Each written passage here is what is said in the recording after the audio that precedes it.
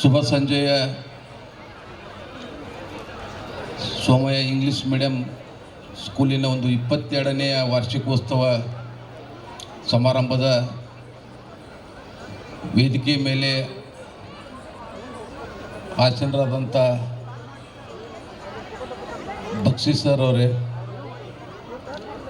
ಇನ್ನೋರ್ವ ಸವಿರೋಡಿ ಸಕ್ಕರೆ ಕಾರ್ಖಾನೆಯ general manager ಆದಂಥ ಕನ್ವೂರ್ ಸರ್ ಅವರೇ, ಪ್ರಿನ್ಸಿಪಾಲ್ರಾದಂಥ ಅನಿಲ್ ಕುಮಾರ್ ಸರ್ ಅವರೇ, ಕೋಆರ್ಡಿನೇಟರ್ ಅಶ್ವಿನಿ ಮೇಡಮ್ ಅವರೇ, ಇಲ್ಲಿ ತಮ್ಮ ಒಂದು ಮಕ್ಕಳ ಕೌಶಲ್ಯವನ್ನು ನೋಡಲಿಕ್ಕೆ ಬಂದಂಥ ಗೌರವಾನ್ವಿತ ಎಲ್ಲ ಪಾಲಕರೇ, ಪತ್ರಿಕಾ ಮಾಧ್ಯಮದ ಎಲ್ಲ ಸ್ನೇಹಿತರೆ ಹಾಗೂ ಮುದ್ದು ಮಕ್ಕಳೇ, ನನಗೆ ಶಿಕ್ಷಣ ರಂಗದಲ್ಲಿ ಅಷ್ಟು ಅನುಭವವಿಲ್ಲ. ನಾನು ಬ್ಯಾಂಕಿಂಗ್ ಕ್ಷೇತ್ರದಲ್ಲಿ 23 ವರ್ಷ ಸೇವೆ ಸಲ್ಲಿಸಿನಿ. ಬ್ಯಾಂಕಿಂದು ಈ ಸೊಸೈಟಿ ಏನಾರು ಮಾತಾಡೋದಾದ್ರೆ ನಾನು ಮಾತಾಡ್ತೀನಿ. ನಾನು ಬಕ್ಷಿ ಸರ್ಗೆ ಹೇಳಿದೆ, ಇಲ್ಲ ಸರ್ ನೀವು ಒಂದು 2 ಮಾತಾಡಬೇಕಂತ ಹೇಳಿದಾಗ ನಾನು ಕೇವಲ 2 ಮಾತನ್ನು ಪಾಲಕರಿಗೆ ಹೇಳಲಿಕ್ಕೆ ಇಷ್ಟಪಡ್ತಾ ಇದ್ದೀನಿ. ನಾವು ನಮ್ಮ ಮಕ್ಕಳನ್ನು ಮೊದಲನೇದಾಗಿ ದೇಹ ದಂಡಿಸುವಂಥ ಕೆಲಸ ಆಗಬಾರ್ದು. ಈಗಿನ ಯುವ ಪೀಳಿಗೆ ಇಲ್ಲಿ ಹೇಳ್ತಾ ಇದ್ದೀನಿ. ಯಾಕಂದರೆ ಒಂದು ಉದಾಹರಣೆಯನ್ನು ಕೊಡ್ತಾ ಇದ್ದೀನಿ. ಇವತ್ತು ಕುದುರೆ ಜಟಕಾ ಬಂಡಿ, ಇವತ್ತು ನಾವೊಂದು ಫಾಸ್ಟಾಗಿ ಹೋಗ್ಬೇಕಾಗೈತೆ ಅಂದರೆ ನಾವು ಬಂಡಿನ ಬಡದ್ರ ಉಪಯೋಗ ಇಲ್ಲ. ನಾವು ಏನು ಬಡಿತೀವಿ, ಕುದುರೆ ಬಡಿತೀವಿ. ಕುದುರೆ ಬಡ್ದಾಗ ನಾವು ಫಾಸ್ಟ್ ಹೋಗ್ಲಿಕ್ಕೆ ಸಾಧ್ಯ ಆಗ್ತದೆ. ಆದರೆ ನಾವು ಏನು ಮಾಡ್ತಾಯಿದ್ದೀವಿ ಅಂದರೆ ನಮ್ಮ ಮಕ್ಕಳನ್ನು ಹೆಂಗಾಗಿ ದೇಹ ಅಂದರೆ ಬಂಡಿ, ನಾವು ದೇಹನ ಬಡಿತೀವಿ, ಆ ಮಕ್ಕಳನ್ನ ಮನಸ್ಸನ್ನು ನಾವು ಬಡಿದಿಲ್ಲ. ದೇಹ ಬಡದ್ರೆ ಏನೂ ಉಪಯೋಗ ಇಲ್ಲ. ನಾವು ಮಕ್ಕಳ ಮನಸ್ಸಿನ ಆಳಕ್ಕೆ ಇಳಿದು ಇವತ್ತು ಅವರು ಹೋಮ್ವರ್ಕ್ ಮಾಡೋದಿಲ್ಲ, ಸ್ಕೂಲಿಗೆ ಹೋಗೋದಿಲ್ಲ ಅಂದಾಗ ನಾವು ಅವ್ರಿಗೆ ದೇಹಕ್ಕೆ ಬಡಿತೀವಿ, ಅದರಿಂದ ಏನೂ ಉಪಯೋಗ ಇಲ್ಲ. ಅದನ್ನು ಅವರಲ್ಲಿ ಒಂದು ಪಾಸಿಟಿವ್ ಆಗಿ ಎನರ್ಜಿ ತುಂಬಿ ಅವರನ್ನು ಮನಸ್ಸನ್ನು ಪರಿವರ್ತನೆ ಮಾಡ್ತಕ್ಕಂಥ ಕೆಲಸ ಇವತ್ತು ನಮ್ಮ ಪಾಲಕರದಾಗಬೇಕಾಗಿದೆ. ಅಂದಾಗ ಮಾತ್ರ ನಮ್ಮ ಮಕ್ಕಳ ಒಂದು ಶೈಕ್ಷಣಿಕ ಅಭಿವೃದ್ಧಿ ಆಗಲಿಕ್ಕೆ ಸಾಧ್ಯ ಆಗ್ತದೆ ಅಂತಕ್ಕಂಥದ್ದು ನನ್ನ ಒಂದು ವಿಶ್ವಾಸ. ಅದೇ ರೀತಿ ಪಾಲಕರು ಕೂಡ ಇವತ್ತು ನಮ್ಮ ಮಕ್ಕಳ ಕಲಿಕೆಯಲ್ಲಿ ಒಂದು ಅತ್ಯುನ್ನತ ಸ್ಥಾನ ಪಡಿಬೇಕಂದ್ರೆ ನಾವು ಕೂಡ ಕೆಲವು ನಮ್ಮ ಇಷ್ಟಾರ್ಥಗಳನ್ನು ತ್ಯಾಗ ಮಾಡಬೇಕಾಗ್ತದೆ. ಅದರಲ್ಲಿಯೂ ನಾನು ಈಗ TV, ಮೊಬೈಲು ನಾವೇ ನೋಡ್ಕೊತ ಕುಂತ ಮಕ್ಕಳಿಗೆ ಹೋಮ್ವರ್ಕ್ ಮಾಡಂದ್ರೆ ಅವ್ರು ಹೇಗೆ ಮಾಡ್ಲಿಕ್ಕೆ ಸಾಧ್ಯ ಆಗ್ತದೆ? ಅಟ್ಲೀಸ್ಟ್ ಅವ್ರು ಮಲಗುವವರಿಗೆ ಆದರೂ ನಾವು ನಮ್ಮ ಮೊಬೈಲ್ಗಳನ್ನು, ನಮ್ಮ TVಯನ್ನು ಬಂದ್ ಮಾಡಿದಾಗ ಮಾತ್ರ ಅವ್ರ ಮಕ್ಕಳಿಗೆ ಏಕಾಗ್ರತೆ ಮೂಡಲಿಕ್ಕೆ ಸಾಧ್ಯ ಆಗ್ತದೆ. ನಾ ಪಾಲಕರಲ್ಲಿ ವಿನಂತಿ ಮಾಡ್ತೀನಿ, ಮಕ್ಕಳಿಗೆ ಈ ಮೊಬೈಲ್ ಕೀಳು ಇವತ್ತು ಭಾಳ ಹೆಚ್ಚಾಗಿದೆ. ಅದನ್ನು ಬಿಡಿಸುವ ಕಡೆ ಕಲಿಕೆಯಲ್ಲಿ ಹಿಂದುಳಿಲಿಕ್ಕೆ ಮುಖ್ಯ ಕಾರಣ ಈಗಿನ ಒಂದು ಸನ್ನಿವೇಶದಲ್ಲಿ ಆ ಮೊಬೈಲ್ ಮಕ್ಕಳು ಇವತ್ತು ಅವರು ಏನಾದರೂ ಹಠ ಮಾಡಿದಾಗ ಅವ್ರಿಗೆ ಕೈಯಾಗ ಮೊಬೈಲ್ ಕೊಟ್ಟು ನಾವು ಕೂಡಿಸುವಂಥ ಕೆಲಸವನ್ನು ನಾವು ಮಾಡಕತ್ತೀವಿ. ಅದು ದಯಮಾಡಿ ಆಗಬಾರ್ದು. ಆ ಮಕ್ಕಳ ಮನಸ್ಸನ್ನು ತಿದ್ದುವುದ್ರ ಮೂಲಕ ಅವನ ಮೊಬೈಲನ್ನು ತಾನೇ ಅವನು ಒಲ್ಲೆ ಅನ್ಬೇಕು. ಆ ರೀತಿ ನಾವು ಮಕ್ಕಳ ಮನಸ್ಸು ಪರಿವರ್ತನೆ ಮಾಡಬೇಕಂತೇಳಿ ನಾ ಕೇಳ್ಕೊತಾ ಇದ್ದೀನಿ. ಇನ್ನೊಂದು, ಕೇವಲ ಕಲಿಕೆಗೆ ಅಷ್ಟಲ್ಲ, ನಮ್ಮ ಮಕ್ಕಳನ್ನು ವಿವಿಧ ಪಠ್ಯೇತರ ಚಟುವಟಿಕೆಗಳಲ್ಲಿ ತೊಡಸಕ್ಕಂಥ ಆಸಕ್ತಿಯನ್ನು ನಾವು ನಮ್ಮ ಮಕ್ಕಳಲ್ಲಿ ಮೂಡಿಸ್ಬೇಕು. ಅದೇ ರೀತಿಯಾಗಿ ನಾವು ಪಾಸಿಟಿವ್ ಎನರ್ಜಿ ತುಂಬಬೇಕು ನಮ್ಮ ಮಕ್ಕಳಿಗೆ. ಇವತ್ತು ಒಂದು 100 ಮೀಟರ್ ರನ್ನಿಂಗ್ ಇದ್ದಾಗ ನಾವು ಮನೆಯಲ್ಲಿ ನಮ್ಮ ಮಗುವಿಗೆ ಬಿದ್ದು ಗಾಯ ಮಾಡ್ಕೊಂಡಿಯ ಮೇಲಕ್ಕೆ ಓಡು ಅಂದ್ರೆ ಅವು 100 ಮೀಟರ್ ರನ್ನಿಂಗ್ನಲ್ಲಿ ಫಸ್ಟ್ ಬರಲಿಕ್ಕೆ ಹೇಗೆ ಸಾಧ್ಯ ಆಗ್ತದೆ? ನಾವು ಪಾಲಕರಾದವರು ನಮ್ಮ ಮಕ್ಕಳಲ್ಲಿ ಯಾವ ರೀತಿಯಾದಂಥ ಪಾಸಿಟಿವ್ ಎನರ್ಜಿ ನಾವು ತುಂಬ್ತೀವಿ, ಅದೇ ರೀತಿಯಾಗಿ ಮಕ್ಕಳು ವರ್ತನೆ ಮಾಡ್ತಿರ್ತಾವೆ ಸ್ಕೂಲ್ನಲ್ಲಿ. ಅದಕ್ಕೆ ನಾವೇನು ಪಾಲಕರು ಇವತ್ತು ಮಕ್ಕಳು ಇದ್ದಾಗ ಯಾವುದೇ ನೆಗೆಟಿವ್ ವಿಚಾರಗಳನ್ನು ಮಕ್ಕಳ ಮುಂದೆ ಮಾತನಾಡಬಾರ್ದು. ಮಕ್ಕಳು ಇದ್ದಾಗ ಯಾವುದೇ ಇವತ್ತು ಕೌಟುಂಬಿಕ ವಿಚಾರಗಳು ಮಕ್ಕಳ ಮನಸ್ಸು ಭಾಳ ಸೂಕ್ಷ್ಮ ಇರ್ತದೆ. ಅದನ್ನು ಒಂದು ಜಾಗ್ರತೆಯಿಂದ ಆ ಮಕ್ಕಳ ಜೊತೆ ವರ್ತಿಸುವಂಥ ಕೆಲಸ ಆಗಬೇಕು. ಇವತ್ತು ನಾನು ಬ್ಯಾಂಕಿಂಗ್ ಕ್ಷೇತ್ರದಲ್ಲಿ ಒಂದು VRS ಪಡ್ಕೊಂಡು ನಾನು ಒಂದು ಸಣ್ಣ ಸ್ಕೂಲನ್ನು ಮುಧೋಳದಲ್ಲಿ ನಾನು ಪ್ರಾರಂಭ ಮಾಡಿದೆ, ಮುಧೋಳ ರಾಯಲ್ ಸ್ಕೂಲ್ ಅಂತೇಳಿ. ಇವತ್ತು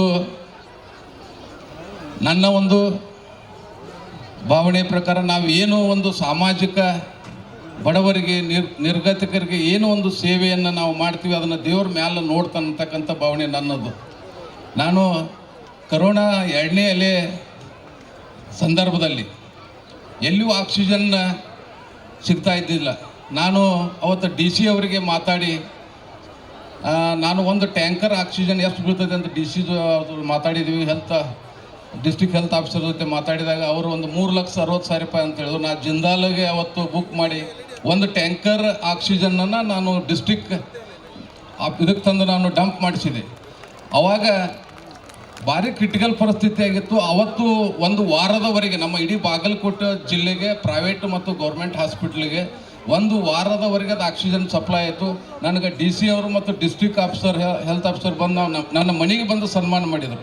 ಇದನ್ನು ಹೇಳೋದು ಉದ್ದೇಶ ಇಷ್ಟೇ, ನಾವು ಏನೇ ಒಂದು ಸೇವೆಯನ್ನು ನಾವು ಮಾಡಿದರೆ ದೇವರು ನೋಡ್ತಾನಂತಕ್ಕಂಥ ಭಾವನೆ. ಆ ವರ್ಷ ನಾನು ಸ್ಕೂಲ್ ಪ್ರಾರಂಭ ಮಾಡಿದ್ದೆ. ಕೇವಲ 65 ಜನ ಸ್ಟೂಡೆಂಟ್ ಪ್ರವೇಶ ಪಡೆದರು ಅವಾಗ ಕರೋನಾ ಇದ್ದ ಸಂದರ್ಭದಲ್ಲಿ. ನನಗೆ ಇವತ್ತು 4ನೇ ವರ್ಷದಲ್ಲಿ ಇವತ್ತು 1,200 ಜನ. ನಾನು ಡಿಸ್ಟ್ರಿಕ್ಕಿನಲ್ಲಿ ಅಡ್ಮಿಷನ್ ಕ್ಲೋಸ್ಡ್ ಅಂತ ಬೋರ್ಡ್ ಹಾಕಿದ ಹೋದ ವರ್ಷ ನಾನು ಒಬ್ಬನೇ. ದೇವರು ಈಗ ನಾವು ಏನಾದರೂ ಒಂದು ಸಮಾಜಮುಖಿ ಕಾರ್ಯಗಳನ್ನು ನಾವು ಮಾಡಿದಾಗ ಅದು ನಮಗೆ ನಮ್ಮ ಮಕ್ಕಳಿಗೆ ಯಾವುದೇ ರೀತಿಯ ರೂಪದಲ್ಲಿ ನೀಡ್ತಾನಂತಕ್ಕಂಥ ಭಾವನೆ ನನ್ನದು.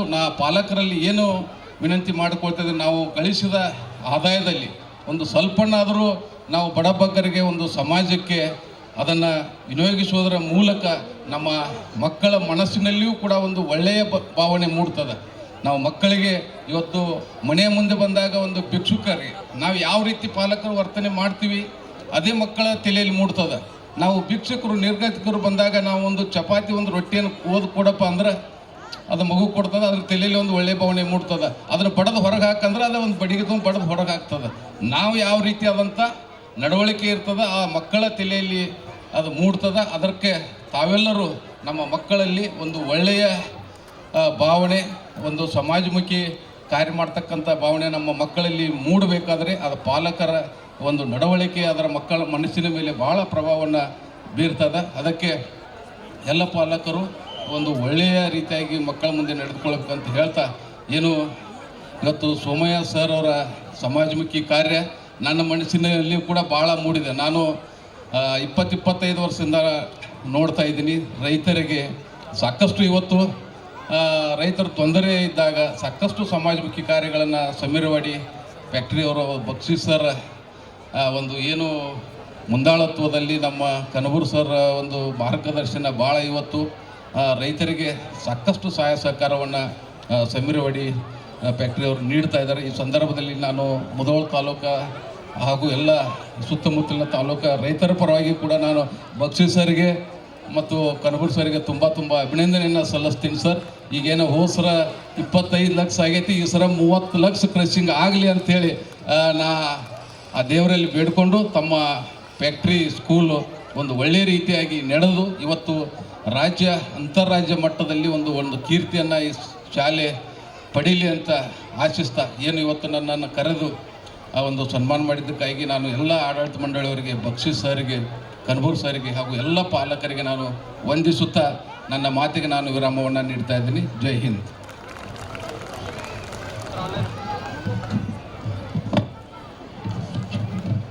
Thank you, sir, for your enlightening and motivating words.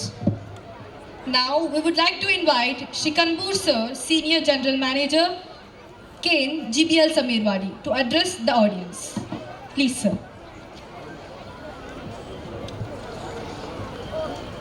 Good evening to all. Respected our beloved Executive Director, sir, D.R. Bakshi, sir, and today's guest of honor, Allikatti, sir. And one more guest not came because some urgency. Sri Siddharth Goyal sir, our SP sir, and principal sir and coordinator. ಇವತ್ತಿನ ದಿನ ಈ ಶುಭ ಸಂಜೆ ಕಾರ್ಯಕ್ರಮಕ್ಕೆ ಬಂದಿರುವಂಥ parents ಮಕ್ಕಳಿಗೆ ನಾನು ಈ first of all farming ಕಮ್ಯುನಿಟಿಯಿಂದ ಬಂದು ಫಾರ್ಮರ್ ರಿಪ್ರೆಸೆಂಟೇಟಿವ್ ಆಗಿ ನಾನು ಬಕ್ಷಿ ಸರ್ಗೆ ಒಂದು ಕಳಕಳಿ ರಿಕ್ವೆಸ್ಟು ಎಲ್ಲರ ಪರವಾಗಿ ಮಾಡ್ಕೊಳ್ಳೋದಂದರೆ, ಈಗ ನಮ್ಮಲ್ಲಿ ನಮ್ಮ ಫಾರ್ಮರ್ಸ್ ನನ್ನ ಕಡೆ ಭಾಳಷ್ಟು ಜನ ಅಪ್ರೋಚ್ ಆಗ್ತಾರೆ, ಸರ್ ಒಂದು ಅಡ್ಮಿಷನ್ ಕೊಡಿಸ್ರಿ ನನ್ನ ಮಗುಗತ್ತೇಳಿ. ಆ ಕಾರಣಕ್ಕಾಗಿ ನಾನು ಮ್ಯಾನೇಜ್ಮೆಂಟಿಗೆ ಇನ್ನೊಂದು ಸಲ ಫಾರ್ಮಿಂಗ್ ಕಮ್ಯುನಿಟಿ ಪರವಾಗಿ ನಮ್ಮ ಬೇಡ್ಕೊಳ್ತಿದ್ದಾರೆ. ಈಗ ಒಂದು ಕ್ಲಾಸ್ನಲ್ಲಿ 1 division and 2 division. Only 2 divisions are there. 40 students in first division and 40 students in second division. ಅದನ್ನು ಇನ್ನೂ ಒಂದು ಡಿವಿಷನ್ ಹೆಚ್ಚಿಗೆ ಮಾಡ್ಕೊಂಡು 40 ಅಂದರೆ ಒಂದು ಡಿವಿಷನಿಗೆ ಇನ್ನೂ, ಯಾಕಂದರೆ ನಾ ಯಾಕೆ ಈ ಮಾತನ್ನು ಮ್ಯಾನೇಜ್ಮೆಂಟಿಗೆ ಹೇಳ್ತಾ ಇದ್ದೀನಿ ಅಂದರೆ, ನಾನು ಭಾಳಷ್ಟು ಜನ ಹಳ್ಳಿಗಳಲ್ಲಿ ಹೋದಾಗ ನಿಮ್ಮ ಖರ್ಚುಗಳನ್ನು ಕಮ್ಮಿ ಮಾಡಿ ಅಂತೇಳಿ ಭಾಳಷ್ಟು ಜನ ರೈತ ಕಮ್ಯುನಿಟಿಗೆ ನಾನು ಹೇಳೋ ಹೊತ್ನ್ಯಾಗ ಇದು ಒಂದು ಪಾಯಿಂಟ್ ಇಂಪಾರ್ಟೆಂಟ್ ಆಗತ್ತೆ. ಯಾಕಂದರೆ ನಾನು ಇಲ್ಲಿ ಗೋದಾವರಿ ಸಕ್ಕರೆ ಕಾರ್ಖಾನೆ ಒಳಗೆ ಇಲ್ಲಿ ನಾನು 1998 ನಾನು ಮಾಸ್ಟರ್ ಆಫ್ ಅಗ್ರಿಕಲ್ಚರ್ ಮುಗಿಸ್ಕೊಂಬಂದು ನಂದೀಶ್ವರ್ಸ್ನಲ್ಲಿ ಕೆಲಸ ಮಾಡಿದೆ, ಜಮ್ಮದಲ್ಲಿ ಕೆಲಸ ಮಾಡಿದೆ. ಆಮೇಲೆ ಈ ಗೋದಾವರಿ ಸಕ್ಕರೆಯಲ್ಲಿ ಕಾರ್ಖಾನೆ ಮಾಡಿಲ್ಲ. ನನ್ನ ಮಕ್ಕಳನ್ನ ವಿದ್ಯಾಭ್ಯಾಸಕ್ಕೆ ಮಾಡಬೇಕಾದ್ರೆ ನಾನು ಇಲ್ಲಿ ಈ ಸ್ಪೆಷಾಲಿಟಿ ಇಲ್ಲ ನಿಂತ್ಕೊಂಡು ಉಡುಪಿಗೆ ಹೋಗಿ ಅಲ್ಲಿ ಶಾರದಾ ರೆಸಿಡೆನ್ಷಿಯಲ್ ಸ್ಕೂಲ್ಗೆ ಅಡ್ಮಿಷನ್ ಕೊಟ್ಟಿವಿ 6th ಸ್ಟ್ಯಾಂಡರ್ಡ್ಗೆ 2 ಮಕ್ಕಳನ್ನ. ಆದರೆ ಅಲ್ಲಿ ನಾ ಫೀ ಕಟ್ಟಿದ್ದು ನನ್ನ ಮಕ್ಕಳಿಗೆ ಪ್ರತಿ ವರ್ಷ ನಾನು ಅವಾಗ ಕಟ್ಟಿದ್ದು 2 ಲಕ್ಷ ರೂಪಾಯಿ